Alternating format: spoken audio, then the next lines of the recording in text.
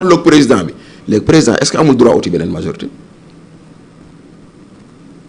moo tax ma ne la tey jii nii Diomaye vient de se rendre compte qu'un président de la République a besoin d'une majorité ou a besoin d'un appareil politique kon nag on ne peut pas lui reprocher d'aller chercher un parti politique on ne peut pas le lui reprocher maintenant man lu may wax rek moo di ni malheureusement pendant que Pastef vend ses cartes pendant que Diomaye cherche à un parti politique les souffrances des Sénégalais ñu ngi xaar. ñu ngi continuer aussi. maintenant moo tax chaque jour ma naan président de la République dafa war a jàng juste un adverbe xam nga mooy lan concomitamment mooy maanaam au moment où il fait de la politique. mu toppatoo soxlay askan wi. waaw concomitamment boobu bu ko defee rek man j'ai pas de problème. nekkandoo ci mbir yëpp. nekkandoo ci mbir yi nekk ci mbiru parti yam mais nekk ci soxlay askan wi.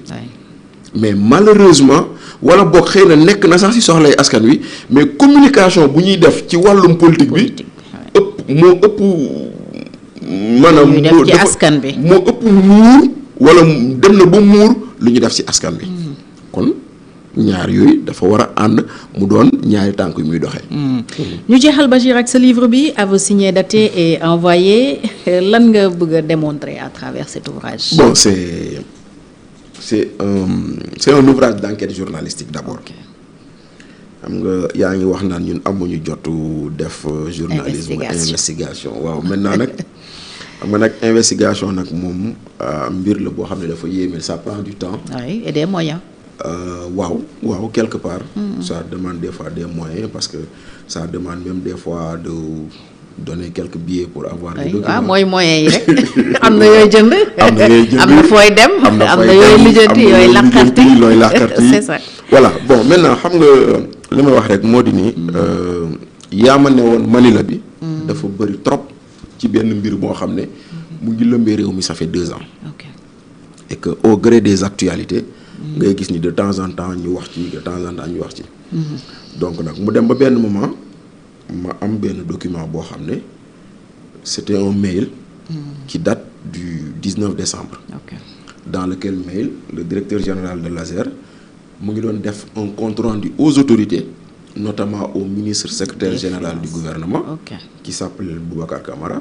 Et aux autres ministres dont Cheikh Diba, Birame Souleye Diop, ministre des Finances, avec d'autres personnes, en leur faisant un compte rendu sur la situation de l'ASER, mu def fa benn aveu maanaam à la date du 19 décembre 2025 il y avait que 25 villages électrifiés dans le cadre du projet Awa Pawa pas yeneen quoi. Donc c'est ça l'aveu. Donc c'est un aveu signé. Il est signé de Jean-Michel Sène. Il est daté du 19 décembre. Et il est envoyé par mail. Donc loolu mooy foofu la titre bi jógee. Maintenant à partir de là on a cherché à comprendre ou à expliquer aux Sénégalais c'est quoi cette histoire. Donc on a remonté le fil. fan la mbir mi jógee kañ la commencé. quand est-ce que le marché a vraiment démarré fan lañ ko commencé waxtaanee. kañ la ñu signé le premier contrat commercial kañ la ñu signé le beneen contrat MOU quand est-ce que le contrat a signé les demandes de décaissement et cetera. Les procédures à l'ARCOP les correspondances entre l'ARCOP et la SONAC sur la garantie. ak yooyu noonu la procédure à la Cour suprême l'engrenage politique et cetera. La bataille d'Espagne. parce que révélation yi Thierno Alassane Sall def yooyu noonu man annoncé naa ko ci livre bi mais résultats yi xaarul parce que j'avais des impératifs donc on a cherché à relancer à réunir tout ça autour d'un livre pour dire aux Sénégalais voilà ce qui se passe. Voilà que aujourd'hui 37 milliards décaissé nañ ko depuis le 11 juin nous sommes aujourd'hui le 15 juillet ça fait dire 2 ans et 1 mois après et jusqu'à présent mënuñu la woon ci Sénégal lan le 37 milliards yooyu jur en termes de villages électrifiés dans le Sénégal. Parce qu'on en était à 25. Au mois de décembre. Oui, et au 1er avril 2026 quand le directeur général de l'ASER faisait sa conférence de presse il a annoncé 40. Donc 40 villages sur les 1740. Donc aujourd'hui il y a 1700 villages non encore électrifiés. yoo xam ne ci 37 milliards yooyu lañ waroon am. non 37 milliards yi ça aurait dû électrifier à peu près 600 villages. Parce que le marché global c'est presque 92 milliards. Donc c'est les 92 milliards. 37 milliards yi avance la woon. Donc avance la woon boo xam ne c'était 40% du montant global du marché. Avance boobu noonu génn na te ba tey ñu waroon gis 36 villages xaw ma 600 villages. On en est à 40.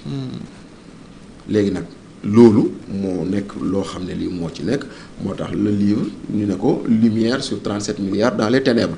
Donc on a enquêté sur ça, on l'a présenté, le livre a été bien accueilli. Tellement bien accueilli que président bind nañu. mais président bind na la mais certainement am na sénégalais yoo xam ne amaguñu livre bi. lan moo war a tax tey ñoo ñu jënd ko. Bon xam nga sénégalais bu nekk comme lu may wax rek le sénégalais doit savoir. fan la xaalisam dugg le sénégalais doit savoir lan mooy histoire projet AOPA au Sénégal. Le sénégalais doit savoir qui sont les acteurs autour de ce projet. waaw quelles sont les implications ak yooyu noonu. Quels sont les mouvements financiers, quels sont les grands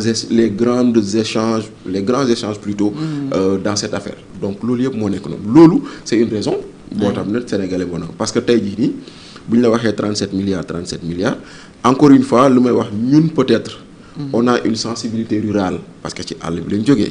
J'en profite pour nuyu waa Vélingara. ñun bañ nekkee xale di jàng xëy na ñun suñu kër amoon na électricité mais am na yeneen xale yu doon jógee yeneen kër pour ñëw jàng suñu kër parce que ñoom amuñu électricité seen kër. am na ñoo xam ne dañ doon génn ci mbedd mi. ci poto lampe yi toog di jàng. am na ñoo xam ne dañ doon wut ay matt toog di jàng. waa sondeel. wala sondeel xew na fi. voilà et peut-être même mi ngi am ba léegi ci yenn villages yi. mi ngi am ba tey parce que le taux d'électrification rurale aujourd'hui est de 60%. xam nga loolu mooy lan ñii dëkk ci réewu taax yi fukk yoo jël. juróom benn ñoo am courant ñeenti amaguñ ko. Donc il y a encore des Sénégalais qui attendent l'électricité. Donc Sénégalais yooyu di xaar électricité gisuñu ko. ñu dig leen ko ñu am yaakaar te mënuñoo gis lu mel. beneen bi tey jii nii fii Sénégal le programme de vaccination. PEV programme élargi de vaccination. Ça suppose quoi? xale fu mu mënti judd ci réew mi ñu mën ko vacciner.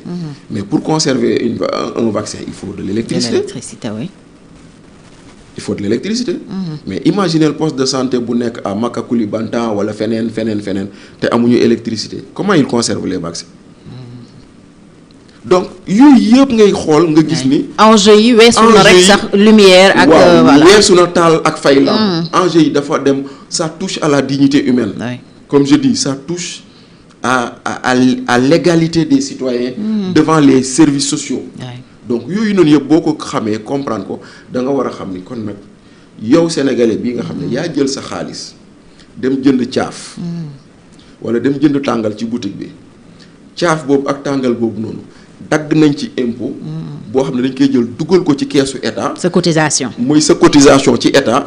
te xaalis boobu noonu mooy fay bor bee nga xam ne espagnol yi dañu ko lebal parce que may ñu ko de. les 92 milliards. bor la financement la. dañ koy fay. léegi nag yow le Sénégal a emprunté 91 milliards et quelques donc disons 92 milliards au moment de payer avec les intérêts le Sénégal doit rembourser 110 milliards. léegi nag ñu ne la 110 milliards yooyu yow yaa koy fay te service équivalent bi gisoo ko kon nag sénégalais bu ci nekk war na mën ne lii nan la demee et en lisant le livre tu comprends. Tu comprends bien alors